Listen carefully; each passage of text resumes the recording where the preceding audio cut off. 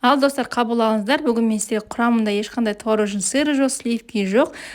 Үйде бар заттардан, қолжетімді заттардан өте дәмді торт рецептісін ұсынамын. Ол үшін бізге ең алдымен бисквитімізге жұмыртқаның үстіне қантымыз салып, жақсылап тұрып миксерлеп аламыз. Әдеттегідей массамыз екі есе ұлғайып ағару керек.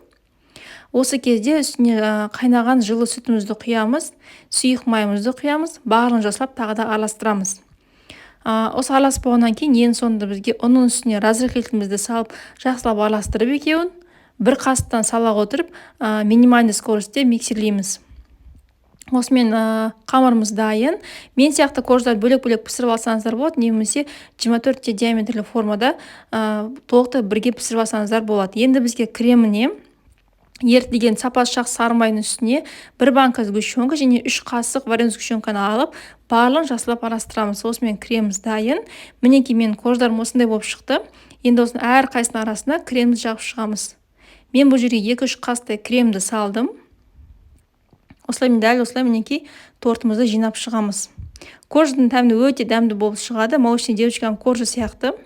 Сіздер бұл жерге кез келген кремді қолдансаңыздар болады.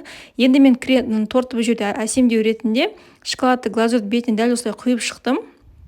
Бұл шоколадтың глазурьдің құрамында ешқандай да шоколад жоқ, қарапайым заттардан тұрады. Мен сізге рецептін қалдырып кететін боламын. Және де бір коржды алып мен осылай ұсақтап шеттеріне жағып шықтым. Тортты қолданар алдында, яғни ұсынар алдында холодильникке 5-6 сағатқа қойып, және 1 сағат бұрын шығарғандарың жөн. Крем өзіне сіңіп өте дәмді болып тұрады. Міне қараңыздар, разрезіміз бізде қандай шықты. Астарыңыз дәмді болсын.